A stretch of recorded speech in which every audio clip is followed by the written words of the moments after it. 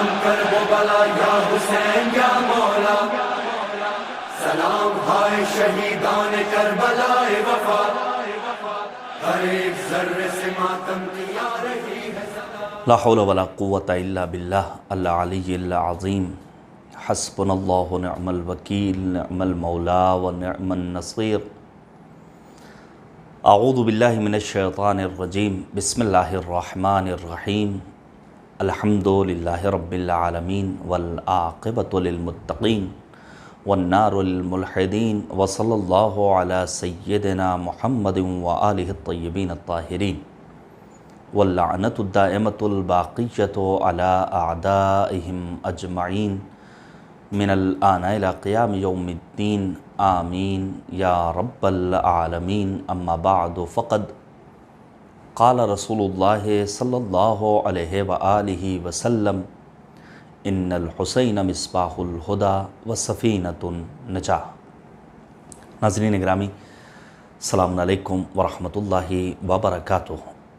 ایام عزائے حسینی کی مناسبت سے تعزیت و تسلیت پیش کرتے ہوئے رب کریم کی بارگاہ میں دعا کرتا ہوں، معبود ہماری عزاداری کو اپنی بارگاہ میں قبول و منظور فرما، اور راہ سید الشہداء میں کیے جانے والے ہمارے تمام تر خدمات کو شرف قبولیت عطا فرما، آمین بحق آل طٰہٰ و یاسین۔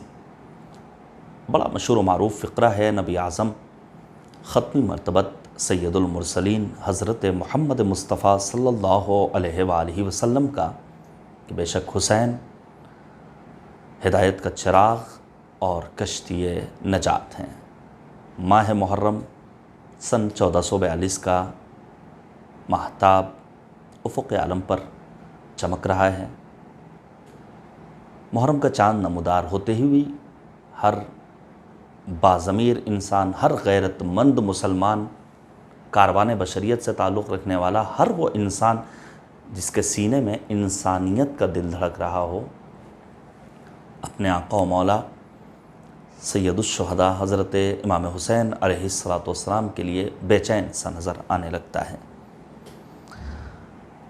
پیغامات حسینی کی ترویج و تشہیر کے لیے موجودہ دور میں سوشل میڈیا سے بہتر کوئی اور ذریعہ نہیں ہے۔ سرا ٹی وی کے اراکین یقیناً لائق صد مبارکباد ہیں کہ انہوں نے ان ایام غم میں مقصد قیام امام حسین علیہ السلام کو دنیا والوں تک پہنچانے کے لیے مختلف پروگرامز ترتیب دیے۔ علماء کے بیانات دیگر ذرائع سے بھی آپ تک پہنچ رہے ہیں۔ مجالس اعضاء، جلوسائے اعضاء، تبرکات اعضاء، گریہ اعضاء، یہ وہ موضوعات ہیں جن پر گفتگو کی جانی چاہیے، چونکہ دور غیبت کبریٰ ہے۔ اس دور میں جبکہ سرکار حجت حضرت صاحب الزمان عجل اللہ تعالی فرجہ الشریف کو ہم نہیں دیکھ پا رہے ہیں، اگرچہ وہ موجود ہیں، لیکن ہماری ان نجس نگاہوں پر گناہ کے اتنے پردے حائل ہیں کہ امام عالی مقام کے روح انور کی زیارت سے ہم محروم ہیں۔ بہترین ذریعہ ہے طریقۂ عزا، سلیقۂ عزا سیکھنے کے لیے مراجع اعظام، فقہائے در اہل بیت اطہار علیہم السلام، علماء کرام کے بیانات کو پڑھا جائے، ان کی عزاداری کے طریقے کو دیکھا جائے۔ میں شروعات کرتا ہوں مؤسس حوزہ علمیہ قم شیخ عبد الکریم حائری یزدی رحمۃ اللہ تعالی علیہ کے اس قول سے، جس میں انہوں نے بیان فرمایا تھا، عزاداری ایک مستحب عمل ہے جس کے دامن میں سینکڑوں واجبات پوشیدہ ہیں۔ عزاداری سید الشہداء حضرت امام حسین علیہ السلام کا اہتمام کرنے والے جوان سن لیں، سمجھ لیں، اس بات کو گرابان کے سنبھال کر رکھ لیں کہ واجبات کی ادائیگی کے بغیر عزاداری کا کوئی فائدہ پہنچنے والا نہیں ہے۔ عزاداری ایک مستحب عمل ہے۔ غیرت مند انسان اگر ہے، باضمیر مومن اگر ہے، تو یاد سید الشہداء کا اہتمام کرے گا۔ لہٰذا ایسا نہ ہو کہ عزاداری سید الشہداء کے چلتے ہماری نمازیں قضا ہو جائیں، خدا نخواستہ۔ البتہ الحمدللہ ہماری قوم کے جوان باشعور ہیں، عزاداری ہمارا سرمایہ ہے، اور یہ جوان ہماری قوم کا وہ سرمایہ ہیں جس کی قدر و قیمت کا اندازہ آج دشمن طاقتوں کو ہے۔ نماز اول وقت پڑھنی ہے۔ میں نماز کے سلسلے میں بیان کروں، سرکار سید الشہداء کو خراج تحسین پیش کرتے ہوئے کیا خوب کہا تھا کہ حسین ناز مشیت، حسین امام نیاز، حسین ایسی حقیقت جو اصل میں اعجاز، حسین اپنے ہی جد کی یہ مستقل آواز، ہزار کرب و بلا ہو مگر نماز نماز، جنا کی سمت نہ وقت نماز بڑھ کے چلے، نماز رہ گئی ایسی نماز پڑھ کے چلے۔ تیروں کے سائے میں سجدہ معبود میں سر تسلیم کو خم کر دینا اگر کوئی انسان سیکھنا چاہے تو فرزند رسول حضرت امام حسین علیہ السلام سے سیکھے۔ چند ایک باتیں اور چند ایک نمونے میں پیش کروں مراجع اعظام اور علماء کرام کی۔ مثلا معمار انقلاب اسلامی ایران حضرت روح اللہ موسوی خمینی رحمۃ اللہ تعالی علیہ نے مجالس عزا کو اخلاقی فضائل عام کرنے کا بہترین ذریعہ قرار دیتے ہوئے ارشاد فرمایا کہ وہ مجالس جو شیعہ نشین علاقوں میں سرکار سید الشہداء حضرت امام حسین علیہ السلام کی یاد میں منعقد ہوتی ہیں، بعض کمیوں کے باوجود جو بھی دینی اور اخلاقی دستور ہیں اور جو بھی اخلاقی فضائل و کمالات آج پائے جاتے ہیں، انہی مجالس کے مرہون منت ہیں۔ افسر قزلباش افسر لکھنوی کی وہ ربائی آپ کو یاد ہوگی کہ ہم ہی نے گیسوئے تہذیب بھی سوارے ہیں، فراز دار پہ بھی تذکرے ہمارے ہیں، ہم ہی نے علم و ادب کو حیات بخشی ہے، یہ مجلسیں نہیں تعلیم کے ادارے ہیں۔ بڑی پیاری بات کہی تھی مؤسس ادارے تنظیم المکاتب بانی تنظیم خطیب اعظم علامہ سید غلام عسکری رضوان اللہ تعالی علیہ نے کہ عزاداری کے فانوس میں دینداری کی شمع روشن کرو۔ آپ آگے بڑھیے۔ علماء نے اپنی کامیابی کا راز انہی مجالس عزا کو قرار دیا۔ مثال کے طور پر آیت اللہ مجتہدی تہرانی رحمۃ اللہ تعالی علیہ، میں نے بڑے قریب سے دیکھا ہے آغا کو، خدا کہ رحمت ان کے شامل حال ہو، معلم اخلاق تھے۔ تہران جیسے شہر میں لاکھوں کی تعداد میں آپ کے چاہنے والے تھے، جوان آتے تھے بیٹھتے تھے تادیر آغا مجتہدی تہرانی رحمۃ اللہ تعالی علیہ سے گفتگو کرتے تھے، ان کے درس اخلاق میں فیضیاب ہوتے تھے۔ وہ اپنی کامیابی کا راز اسی مجالس عزا کو قرار دیتے ہیں۔ یہ ایک غلط فہمی ہے کہ مجالس عزا میں تب شامل ہوا جائے گا جب نوحہ شروع ہو جائے گا، جب سینہ زنی کا نمبر آئے گا تب ہم پہنچیں گے، نہیں۔ مجالس عزا کے مختلف عناصر پیشخوانی سے لے کر کے اور زیارت کے ختم ہونے تک انسان کو عزا خانے میں وقت گزارنا ہے، کہیں اگر مصروف نہیں ہے تو، اور اگر نہیں آ پا رہا ہے تو اسے سوچنا چاہیے کون سا ایسا گناہ ہو گیا کہ جو گناہ معنی قرار پا رہا ہے، رکاوٹ بن رہا ہے فرش عزائے حسینی تک جانے کے لیے۔ یہ فرش عزا کی بڑی عظمت ہے کہ اس فرش عزا پر معصوم ہستیاں تشریف لاتی ہیں، ملائکہ سماوات آتے ہیں اور در سید الشہداء حضرت امام حسین علیہ السلام پر حاضری دے کر دامن مراد بھر کر واپس جاتے ہیں، غبار لے کر جاتے ہیں، خاک کربلا کو اپنی آنکھوں سے لگاتے ہیں، اپنے آپ کو معطر کرتے ہیں۔ آپ اہل سنت کی باتوں کو اگر دیکھیے، مختلف نام آپ کو نظر آئیں، کوثر نیازی کے جملوں کو آپ پڑھیے، آپ احسان علی دانش کی باتوں کو پڑھیے۔ ایسا انسان جس نے ایک یونیورسٹی میں مزدوری سے اپنی زندگی کا آغاز کیا، لیکن احسان علی دانش جہان دانش میں کیا لکھتے ہیں؟ لکھتے ہیں کہ جب کبھی غم و آلام مصیبتوں کے ہجوم میں گرفتار ہوتا تھا تو مظلوم کربلا امام حسین علیہ السلام کا مرثیہ پڑھ کر اپنے دل کی تسکین کا سامان فراہم کرتا تھا۔ احسان علی دانش نے یاد سید الشہداء میں اس حد تک گریہ کیا، اس انداز سے یاد شہداء کربلا منائی کہ وہ احسان علی دانش جو ایک یونیورسٹی میں مزدوری کرتے تھے، وہ یونیورسٹی کے وائس چانسلر بن جاتے ہیں۔ در سید الشہداء پر انسان حاضر تو ہو، 14 صدیوں سے بھکاری ہے زمانہ اس کا، پھر بھی خالی نہیں ہوتا ہے خزانہ اس کا۔ کریم ابن کریم کا تذکرہ ہے۔ انسان اپنے ظرف وجودی کے اعتبار سے معرفت کے ہمراہ در سید الشہداء پر حاضری دے، یقیناً پروردگار دعاؤں کو قبول کرنے والا ہے۔ آیت اللہ مجتہدی تہرانی رحمۃ اللہ تعالیٰ علیہ اپنی کامیابی کا راز مجالس اعضاء کو قرار دیتے ہوئے بیان فرماتے ہیں کہ درس و تدریس کے ساتھ ساتھ میری کامیابی کا راز یہی مجالس اعضاء، توسل اور ذکر فضائل و مصائب نیز سینہ زنی ہے۔ ہم نے علماء کی سینہ زنی دیکھی ہے۔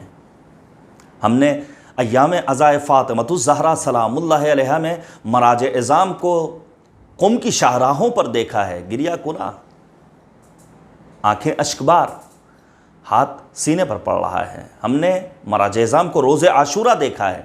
ہم نے علامہ سید مہدی بحر العلوم کے بارے میں پڑھا ہے کہ علامہ سید مہدی بحر العلوم انجمن کے درمیان جاتے ہیں، دستِ عزا میں کھڑے ہوتے ہیں، امامہ اتار دیتے ہیں، سینے کو چاک کرتے ہیں، زور زور سے ماتم کرتے ہیں، اور جب پوچھنے والوں نے پوچھا کہ آغا یہ کیا، جواب سنیے گا، آغا مہدی بحر العلوم نے یہی تو کہا تھا، خبردار میری نگاہوں نے جس ہستی کو ماتم کرتے ہوئے دیکھا ہے، اگر تم ترک کر لیتے تو کبھی یہ سوال تمہارے ذہن میں پیدا نہ ہوتا۔ آغا مجتہدی تہرانی کہتے ہیں میری کامیابی کا راز یہی مجالس اعضاء، یہی ذکر فضیلت و مصیبت، یہی توسل اور یہی سینہ زنی ہے۔ پھر وہ کہتے ہیں کہ طالب علمی کے دور سے ہی ہر جمعرات کو ہم اپنے گھر میں مجالس غم کا اہتمام کرتے تھے۔ جب ہم نے قم کا سفر کیا تب شہر قم میں یہ سلسلہ جاری رکھا۔ جب ہم تہران کی مسجد میں آغا شیخ علی اکبر برہان کے پاس جایا کرتے تھے تب موصوف ہفتے میں ایک رات سینہ زنی کرتے اور کہا کرتے تھے کہ آج میرے پاس جو کچھ بھی ہے وہ اسی ذکر مصائب اور سینہ زنی کا صدقہ ہے۔ پھر وہ کہتے ہیں جو غم اہل بیت میں ہم بپا کرتے تھے یہ اسی کا صدقہ ہے۔ مرحوم آیت اللہ مجتہدی تہرانی مجالس سید الشہداء حضرت امام حسین علیہ السلام میں دوسروں کے ذریعے پی جانے والی مابقی چائے کو بعنوان تبرک نوش فرماتے تھے۔ البتہ عقیدہ بھی ہونا چاہیے، البتہ صحت کے اور حفظان صحت کے اصولوں کی رعایت بھی ہونی چاہیے، معرفت بھی ہونی چاہیے۔ جب انسان یاد سید الشہداء حضرت امام حسین میں اس طرح عزاداری کا اہتمام کرتا ہے تو واقعی عزادار کہلاتا ہے۔ مختلف علماء کرام، مختلف مجتہدین نے اور ہمارے بزرگان قوم نے امام حسین علیہ السلام پر گریہ کیا ہے۔ مثلا کتاب الغدیر لکھی ہے علامہ امینی رحمۃ اللہ تعالیٰ علیہ نے، اور ولایت کا حسین قلعہ تعمیر کیا ہے اس کتاب کو لکھ کر کے سید الشہداء پر گریہ کرنے کے بارے میں۔ وہ کہتے ہیں کہ شاید میں دل کھول کر گریہ کر سکوں۔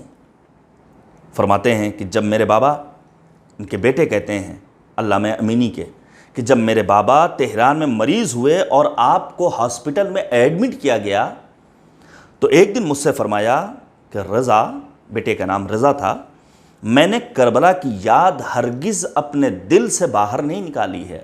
یاد کربلا دل میں سجا کر رکھنا محبان اہل بیت اطہار علیہم السلام کی ذمہ داری ہے۔ پھر وہ کہتے ہیں میں نے سید الشہداء پر اپنی پوری عمر میں دل کھول کر گریہ و زاری نہیں کیا ہے۔ میں نے خداوند عالم سے عہد کیا ہے کہ اگر میں صحت یاب ہو جاتا ہوں، اگر مالک مجھے لباس عافیت پہناتا ہے تو 5 سال تک کربلا میں قیام کروں گا، شاید وہاں دل کھول کر گریہ کر سکوں اور میرے دل کی کسک پوری ہو سکے۔ یاد سید الشہداء حضرت امام حسین علیہ السلام میں گریہ و زاری کی کتنی فضیلت ہے انسان اندازہ لگا سکتا ہے۔ میں عارف کامل مرحوم آیت اللہ العظمیٰ شیخ محمد تقی بہجت رضوان اللہ تعالیٰ علیہ کا قول آپ کے سامنے پیش کروں۔ قبر کہاں ہے؟ شہر مقدس قم میں، حرم کریم اہل بیت حضرت فاطمہ معصومہ سلام اللہ علیہا میں، جہاں پہنچتے ہیں صاحبان دل فاتحہ خوانی کے بعد توسل بھی کرتے ہیں، اور واقعی میں ایک ایسا عالم جس نے پوری زندگی یاد پروردگار کے ہمراہ، یاد اہل بیت اطہار علیہم الصلوۃ والسلام میں بسر کی۔ آغا بہجت کہتے ہیں کہ میری نظر میں یاد سید الشہداء علیہ الصلوۃ والسلام سے بڑا کوئی مستحبی عمل نہیں ہے۔ پھر آغا بہجت کہتے ہیں کہ مجھ بہجت کی نظر میں وہ قطرہ اشک جو یاد شہیدان کربلا، یاد مظلوم کربلا میں آنسوؤں کی شکل میں آنکھوں سے باہر نکلتا ہے، اس کی فضیلت نماز شب سے بھی زیادہ ہے۔ نماز شب کی کتنی فضیلت ہے، اور پھر ایک قطرہ اشک انسان کے لیے نماز شب کی فضیلت سے بالاتر ہو جائے۔ میں امام خمینی رحمۃ اللہ تعالیٰ علیہ کا ایک قول آپ کے سامنے پیش کروں۔ امام خمینی فرماتے ہیں کہ ہم وہ لوگ ہیں کہ جنہوں نے اسی گریے کے سائے میں، انہی آنسوؤں کے سائے میں 2500 سالہ شہنشاہی نظام کو نیست و نابود کر دیا۔ انسان آنسوؤں کی قدر و قیمت تو سمجھے۔ میں نے کسی موقع پر کہا تھا کہ باطل ایوانوں میں باطل قوتیں انہی آنسوؤں سے لرزہ بر اندام ہو جاتی ہیں۔ انہیں اگر ڈر ہے تو انہی آنسوؤں کا ڈر ہے جو یاد شہدائے کربلا علیہم الصلوۃ والسلام میں ہماری آنکھوں سے باہر نکلتے ہیں۔ تفسیر المیزان لکھی ہے علامہ محمد حسین طباطبائی رضوان اللہ تعالیٰ علیہ نے۔ انتقال ان کا کب ہوا ہے؟ سن 1402 ہجری قمری میں۔ علامہ طباطبائی کون؟ ایک ایسا مفسر قرآن جس کے لیے خود معمار انقلاب نے کہا تھا، خمینی بت شکن نے یہ کہا تھا کہ آج کا انسان ان کو نہیں پہچان سکے گا، جو 200 سال بعد پیدا ہوگا اسے اس کی معرفت حاصل ہو سکے گی۔ کس کے بارے میں؟ محمد حسین طباطبائی رحمۃ اللہ تعالیٰ علیہ کے بارے میں۔ کیوں ہوں؟ علامہ طباطبائی نے تفسیر المیزان لکھی کہ اچانک علامہ طباطبائی کی یہ فضیلت نہیں، قرآن کریم کا احترام کرتے تھے۔ یہ ایک بیتکی سی بات ہے کہ ماہ اذا میں، ایام عزائے حسینی کے موقع پر قرآنی گفتگو نہ کی جائے۔ کیوں نہ کی جائے؟ امام حسین کی قرآنی سینت ہمارے لیے آئیڈیل اور نمونہ عمل ہے یا نہیں ہے؟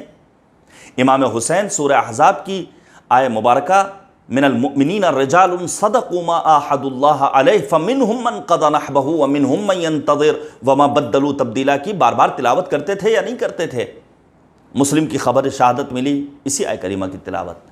ہانی کی خبر شہادت ملی، اسی آیہ مبارکہ کی تلاوت۔ مسلم ابن اوسجہ کی شہادت کی خبر ملی، فرماتے ہیں رحمک اللہ یا مسلم، رحمت خدا تمہارے شامل حال ہو اے مسلم ابن اوسجہ۔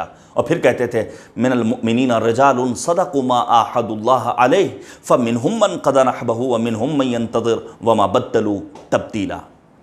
جناب علی اکبر کو میدان کارزار میں بھیج رہے ہیں، سورہ آل عمران کی آیت نمبر 33 کی تلاوت کر رہے ہیں، ان اللہ اصطفیٰ آدم۔ پڑھیے آپ، امام حسین کی قرآنی سیرت کا نمونہ ہے کہ مظلوم کربلا شب عاشور مہلت لے رہے ہیں۔ کیا معاذاللہ ڈر رہے تھے؟ نہیں، عبادت پروردگار کے لیے، دعا و مناجات کے لیے، قرآن مجید کی تلاوت کر رہی ہے کے لیے۔ اسی لیے امام علی مقام نے بیان فرمایا انی احب الصلاۃ، مجھے نماز بہت زیادہ پسند ہے۔ مولا بیان فرماتے ہیں وَالتِّلَاوَةُ کتابہ، مجھے قرآن مجید کی تلاوت بہت زیادہ پسند ہے۔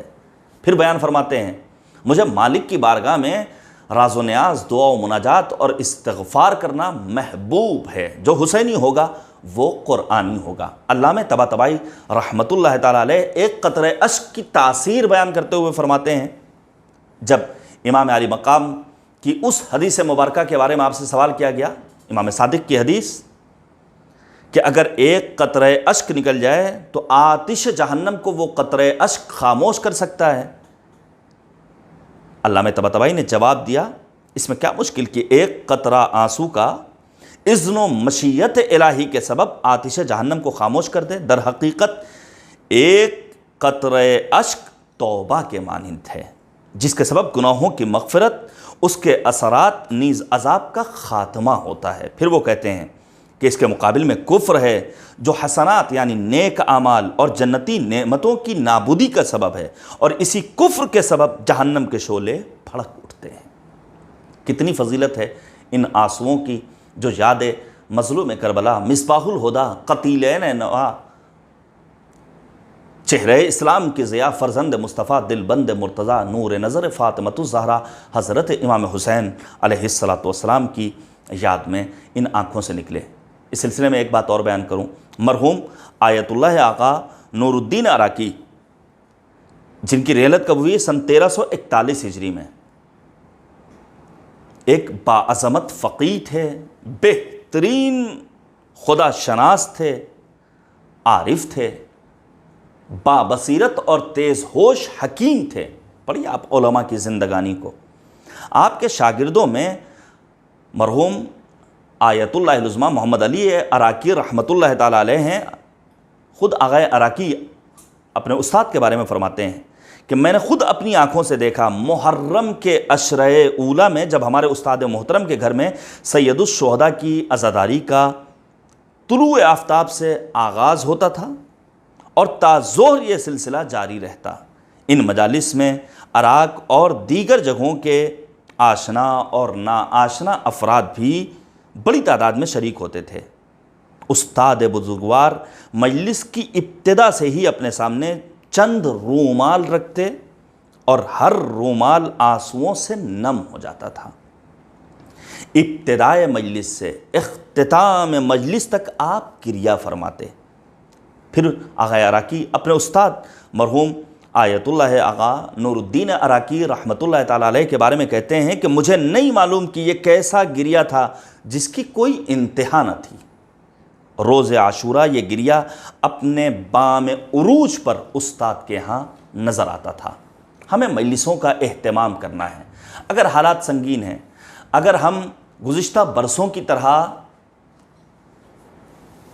زور شور سے جوش اور ولولے کے ہمراہ بڑی تعداد میں اکٹھا ہو کر مجالس اعضاء کا اہتمام نہیں کر پا رہے ہیں، تو یہ آن لائن مجالس اعضاء، یہ سید الشہداء کے پیغامات پر مشتمل علماء کے بیانات، طلاب و افاضل کی باتیں مشعل راہ ہیں، جنہیں ہمیں اپنے لیے آئیڈیل اور نمونہ عمل بنانا پڑے گا۔ یہ ایک بہترین موقع ہے خود اپنی عزاداری کو ثابت کرنے کا، اپنے پیغام کو آفاقی بنانے کا، اور میں سمجھتا ہوں کہ اس سے بہتر موقع نہیں مل سکتا ہے۔ یہ لاک ڈاؤن، یہ کووڈ-19، یہ کرونا وائرس، یہ گائیڈ لائن، یہ ایک بہترین موقع فراہم کر رہا ہے کہ ہم اپنے پیغامات کو، ہم عزاداری سید الشہداء حضرت امام حسین علیہ السلام کے دائرے کو وسیع و عریض کر دیں۔ بس میں نے بات کو تمام کیا۔ میں ایک روایت پہلے پیش کروں صادق آل محمد حضرت امام جعفر صادق علیہ السلام کی۔ مولا فرماتے ہیں کہ امام حسین کی قبر کے پاس غبار آلود حالت میں 4000 فرشتے قیامت تک روتے رہیں گے، اور ان فرشتوں کے سردار کا نام منصور ہے، اور وہ فرشتے امام حسین کی زیارت کے لیے آنے والوں کا استقبال کرتے ہیں اور جاتے وقت ان کو الوداع کہتے ہیں۔ کربلا نہیں پہنچ پا رہے ہیں ہم، اگر اپنے گھر میں اپنے بچوں کے درمیان فرش عزا بچھائیں، یقین جانیے علماء نے بیان کیا ہے، مراجع کا کہنا ہے کہ اگر انسان فرش عزا پر اس اعتقاد کے ہمراہ حاضری دے کہ حرم سید الشہداء میں داخل ہو رہا ہے، تو مالک اس کی دعاؤں کو قبول کرتا، وہی ثواب نصیب ہوگا جو ثواب سرزمین عاشقان کربلا معلیٰ پہنچنے کے بعد انسان کو حاصل ہوتا ہے۔ البتہ مجالس کا معیار کیا ہونا چاہیے؟ سب سے بڑی ذمہ داری، سب سے سنگین ذمہ داری میزبان کی ہے۔ کس خطیب کا انتخاب کر رہا ہے؟ کیا بیان کرنا چاہیے؟ کن پیغامات پر مشتمل بیانات ہونے چاہیے؟ میں استاد بزرگوار شہید مرتضیٰ مطہری رحمۃ اللہ تعالیٰ علیہ کا ایک قول آپ کے سامنے پیش کروں، جن کے لیے امام خمینی نے کہا تھا کہ مطہری میرا فرزند ہے۔ آج بھی آپ کی قبر پر جو کتیبہ لگا ہوا ہے، جو پتھر نصب ہے، امام خمینی کے وہ جملے اس پر لکھے ہوئے ہیں۔ آپ جائیے حرم معصومہ میں، ضرور فاتحہ خوانی کے لیے ان علماء اور مجتہدین کی قبروں پر حاضری دیجیے۔ شہید مطہری کہتے ہیں کہ مجالس امام بارگاہ اور جلوس میں ہمارے نعرے اور ہمارے پیغامات جگہ دینے والے ہوں، سلانے والے نہیں، بیداری پیدا کرنے والے ہوں، بصیرت و آگہی شعور پیدا کرنے والے ہوں، وہ نعرے ہوں، وہ بیانات ہوں، وہ پیغامات ہوں جو زندہ کر دینے والے ہوں، بے حس کر دینے والے نہ ہوں۔ ایسا نہ ہو کہ انسان کی رگ حس مردہ ہو جائے، نہیں، احساسات کو زندہ کر دینے والے پیغامات پر مشتمل ہمارے نعرے ہونے چاہیے۔ اگر بے حس کرنے اور سلانے والے ہوں گے تو نہ صرف یہ کہ ہمیں کوئی اجر و ثواب نہیں ملے گا، بلکہ ہم امام عالی مقام سے بھی دور سے دور تر ہوتے جائیں گے۔